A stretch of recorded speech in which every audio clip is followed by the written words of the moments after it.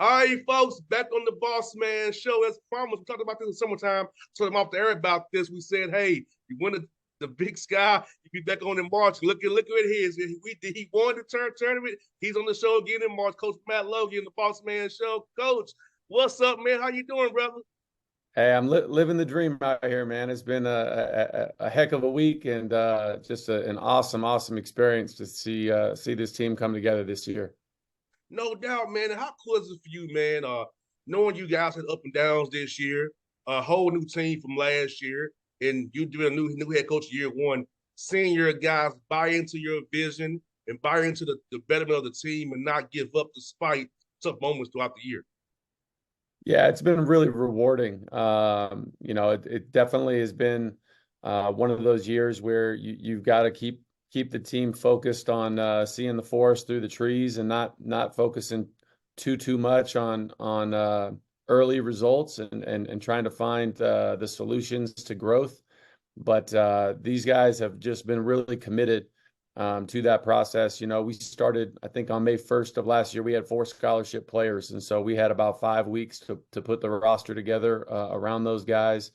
And once we got to work as the summer unfolded, we were pretty excited that we might be able to surprise some people and beat Cal in our second game of the year after losing a close one on the road in game one against Seattle U, and felt really good. And then in that Cal game, one of our most talented players, Patrick McMahon, broke his foot and was out for the year. And in the Seattle U game, our point guard, Eddie Turner, broke his nose. So there was just immediate adversity that we had to navigate and kind of put us on a roller coaster throughout the year. But to come out of it on the other side, we kept saying, let's focus on March and be our best when our best is needed. And that's what we saw here this last week. And you know what, Coach, man, I feel like it's so important because I feel like sometimes you got to be more process driven than result driven. Sometimes it's hard for people to understand that concept because you put in the right work, building the right habits, sometimes not getting the results. But if your process is correct, it'll all pay off in the end as it has for your team right now.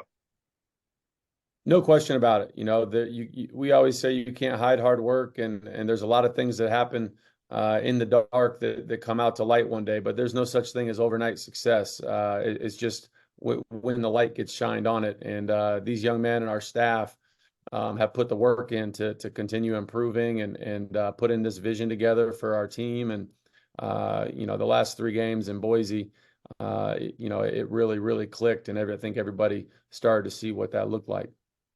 And you know what's good about this tournament is like the teams who you beat had beat you previously. So talk about going back and film study, that self scout to find out where we made errors in these games where that we lost these 3 teams. But in Boise, making sure we cleaned up all those errors and played the right way to win the games when they count the most. Yeah, it was interesting. This league had a lot of parity. There were a lot of interesting matchups. You had, teams throughout the year that were in the bottom half of the conference that would jump up and beat somebody in the top end of the conference. A lot of competitive, close games, and so really we tried to focus a lot on like what our identity needed to look like, as opposed to worrying too much about our opponents. We had some success against certain types of teams early on and figured out, where we needed to grow against different teams like Weber and Montana. But a lot of it had to do just with us, and focusing on ourselves, understanding how to move the basketball, how important that was. Our backcourt, Robert Ford has just been an unbelievable player for us this year and leader. Our team has taken on his identity. He's as passionate and competitive as they come. And so our team has a real chip on their shoulder. And they were excited for the opportunity to play those guys again. We didn't feel like going into the conference championship game, we didn't feel like Montana had really felt us in the first 2 games. They hadn't really seen what we were capable of yet. And so that gave us a lot of confidence that, with the new 40 minutes, that it could look totally different. And do you feel like that comeback at Weber, so against Weber State on the March the 4th, helped you on March 11th playing them again in Boise? Because I feel like you were down to them too in Boise, but you played them previously and got the job. Talk about that piece of it. Playing a team pretty much so close to seeing them we prior to get ready for them in Boise. Yeah, that was definitely unique. In our last home game, we were down, I believe, 9 with 10 minutes to go, and then made a big run down the stretch, and we're able to send the seniors off, on a high note, and I think give our guys a lot of confidence against Weber State, who was the preseason, pick of the conference, and have an NBA, prospect on their team. So, when you flip the page and you got to go play them again a week later, obviously, everybody has a chance to adjust to the game film and make adjustments, but we felt like they needed to make more adjustments than we did. And then in the second game in the tournament, we ended up down 8, again at halftime. And the message at halftime was really, you know, last week we were down 9 with 10 minutes to go, and now we're down 8 with 20 minutes to go. I feel like that's a better situation, and it kind of took a lot of the tension out of the room, kind of put our guys at ease, and we started to see some shots fall at the beginning of the second half, and it just snowballed from there. No doubt. And I feel like sometimes young men can't play us. We have to play possessions, not have to score so much. Let's stack possessions. And as you showed in Boise, second half, she came out like game buckets, man. Down by 13, coming back against Weber State, and just showing that resolve and that fortitude, which is kind of what we talked about earlier, that process and those good habits coming out when it admired the most.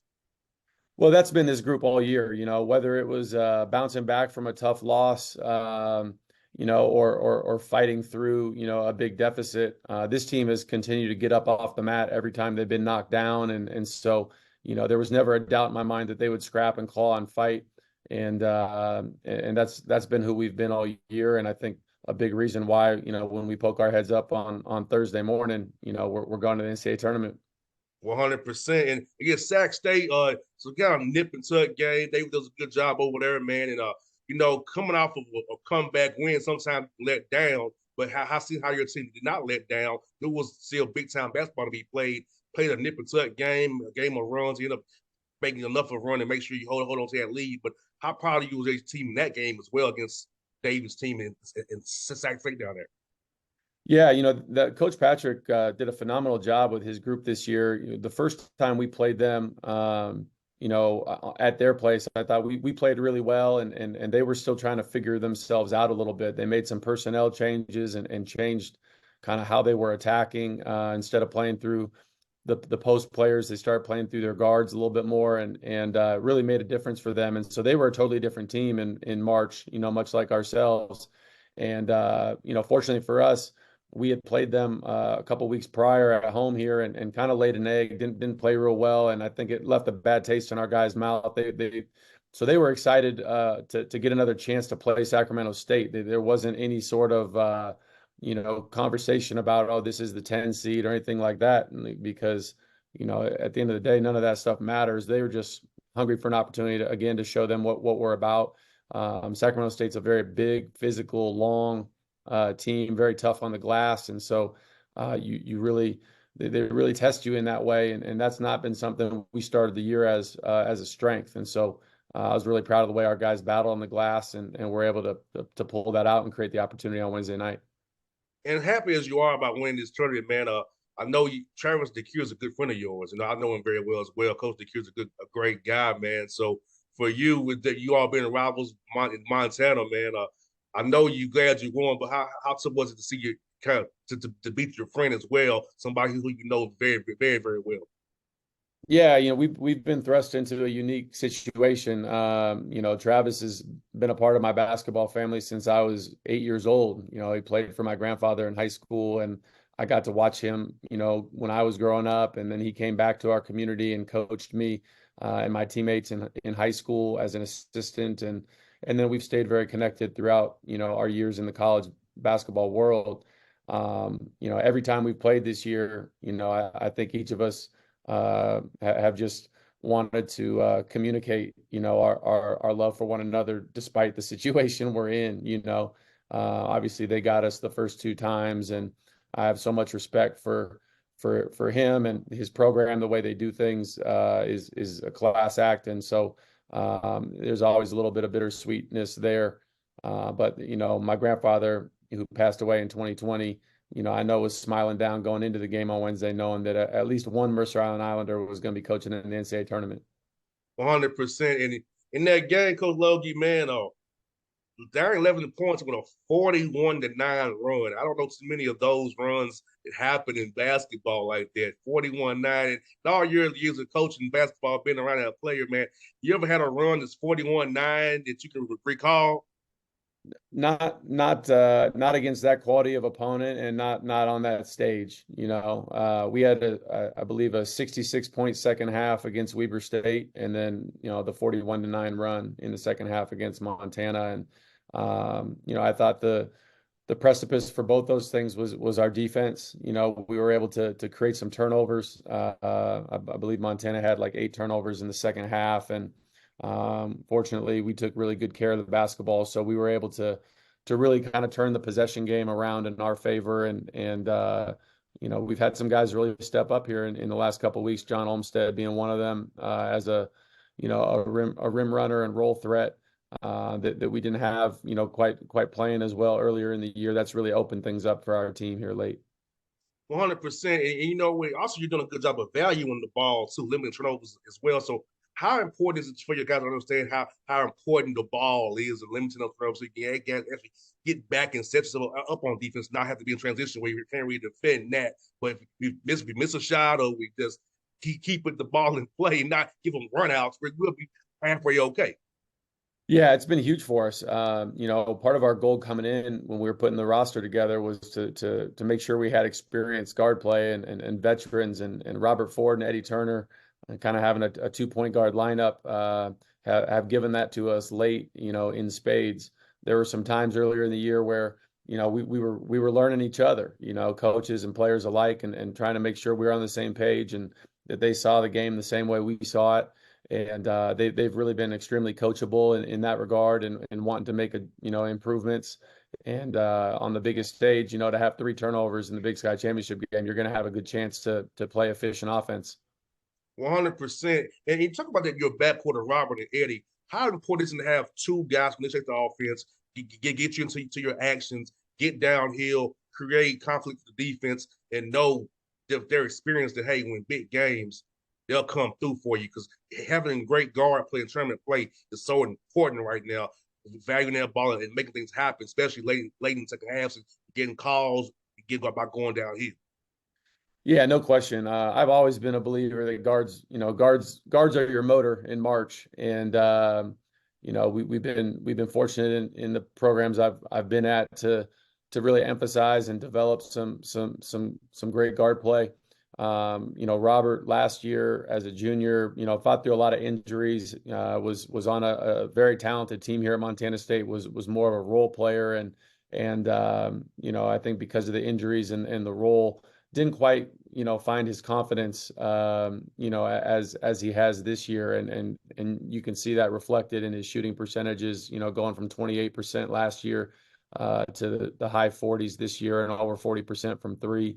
Eddie Turner was a guy that just, really had a disjointed experience because of injuries and COVID while he was at Columbia.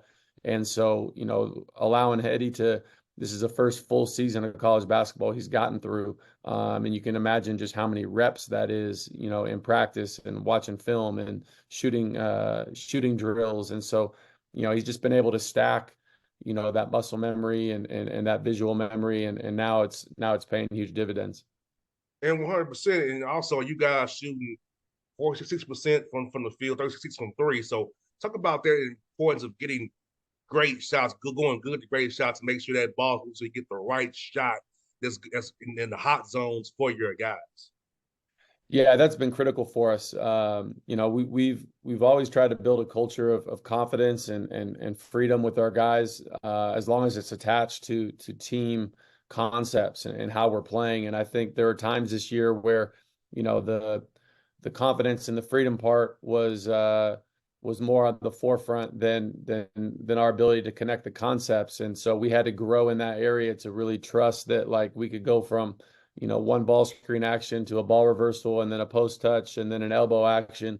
And by by making the defense work, you're going to be in a confident situation at the end of it, but it doesn't have to come right away. It doesn't have to be after one or two passes. And, it wasn't that our guys were selfish in any way, shape, or form. They were trying to create advantages, but it took some time to figure out how to do that through our concepts. And I think that's where we've seen the greatest growth, in Robert and Eddie and really everybody, even our forwards that are touching the ball, throughout the possession, just connecting our concepts together that allows kind of that avalanche to roll, so that you can turn, like you said, those good shots into great shots, and that's where your efficiency comes from always.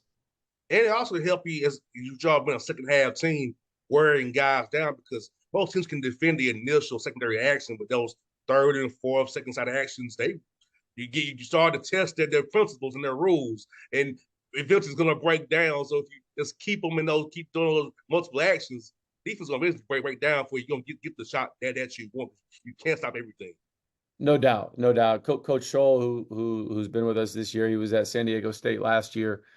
He always talks about the play after the play, and that fits our style, to a nutshell, because most of the actions that I'm calling are starters. There's something to try to get an advantage, and then it's our job to keep it and use it. And so, we just at the beginning of the year and at different points, we were just trying to get the advantage, but not using the concepts to do so. And once we learned how to get the advantage and roll it and keep it into the next concept, like you said, ultimately at one point in the possession, the defense is going to make a mistake, and that leads to high percentage shots. And how cool has it been to see Bossman behind you guys, man? I know this is your first year winning the championship for him, being their first head coach. But how was to have Bossman up there and the Bobcat success of all of sports and the Bobcat Nation that's been successful, and now you're a part of that now, putting your step on it as well. It's been super rewarding, to be honest. I think when you take over a program that's been to two NCAA tournaments in back-to-back years, obviously the expectations are high, the standards are high. That's why we wanted to be here as a family and a staff. But at the same token, this community, I think, had a stout awareness of the situation we inherited in terms of the timing, transfer portal, what we had to put together from a roster standpoint, and then really hung in there with us. The moment that sticks out the most, we had a 4-game losing streak in February. It was, the first 4-game losing streak I've ever had as a head coach, and we show up to play Portland State on a Thursday, and there's 4,000 fans waiting for us, to pick us up off the mat. And our guys played one of our best, most spirited games of the year. And that meant so much, to me. Our administration has been incredible in terms of just their support and confidence in the blueprint and the vision that we had. And so it's really rewarding when you get to give them that icing on the cake at the end of the year and pay them back for their for their loyalty.